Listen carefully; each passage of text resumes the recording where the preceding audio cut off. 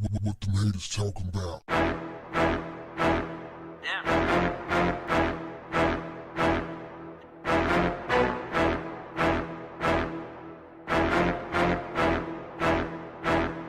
What's up, family?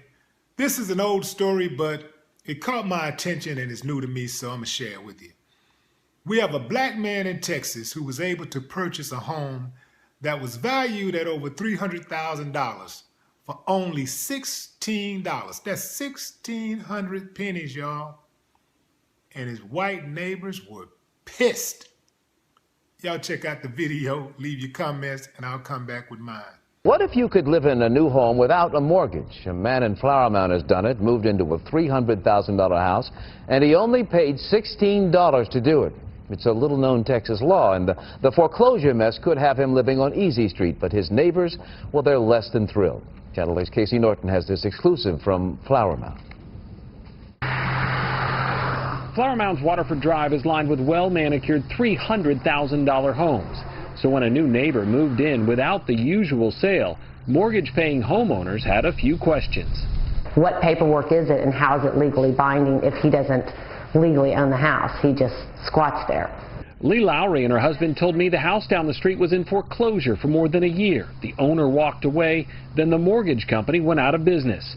Apparently, that opened the door for someone to take advantage of the situation. Kenneth Robinson told us he's no squatter. He says he moved in on June 17th after months of research about a Texas law called adverse possession.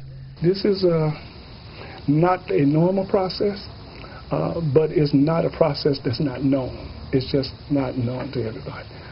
Robinson says this piece of paper gives him rights to the house. It's an online form he printed out and filed at the Denton County Courthouse for $16. It says the house was abandoned and he's claiming ownership. I went through, looked at it and added some things here, you know what I mean, for my own protection. The house is virtually empty, just a few pieces of furniture, no running water or electricity. But Robinson says just by setting up camp in the living room, Texas law gives him exclusive negotiating rights with the original owner. If the owner wants him out, he would have to pay off his massive mortgage debt, and the bank would have to file a complicated lawsuit. Robinson believes neither is likely, so if he stays in the house, after 3 years, he can ask the court for the title. That's your goal eventually, is to have title of this home, to be the owner of this home? Absolutely. And on a record, you know what I mean? At this point, you know, since I possess it, I am the owner of the home. Robinson posted no trespassing signs after neighbors asked police to arrest him for breaking in. But Flower Mound officers say they can't remove him from the property because home ownership is a civil matter, not criminal. Lowry and her neighbors continue to look for legal ways to get him out. Or if he wants the house, buy the house like everyone else had to. Get the money, buy the house. Robinson says he's not buying anything. As far as he's concerned, the $330,000 home is already his, and he has the paperwork to prove it. Casey Norton, Channel 8 News. Now, foreclosures are down for the 6th month in a row in North Texas. August filings fell 14% compared to last year. However, something to keep in perspective, foreclosures are still 313% higher than in August of 2000. Here's another classic example of, if it sounds too good to be true, it probably is. After the negative publicity, Bank of America was so embarrassed that they went in and had dude removed. They evicted him. He can't be too mad because he spent 8 months in the house rent-free. Not a bad deal. He also got under his neighbor's skin for 8 months.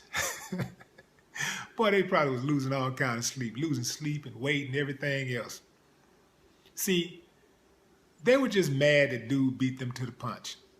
I can guarantee you that every single neighbor in that neighborhood, if afforded the same opportunity, they would have taken advantage of that loophole. They would have went down there to that courthouse and filed that paperwork for $16 and claimed that property. Guaranteed. And if it had been a white guy living in the house, they wouldn't have been tripping.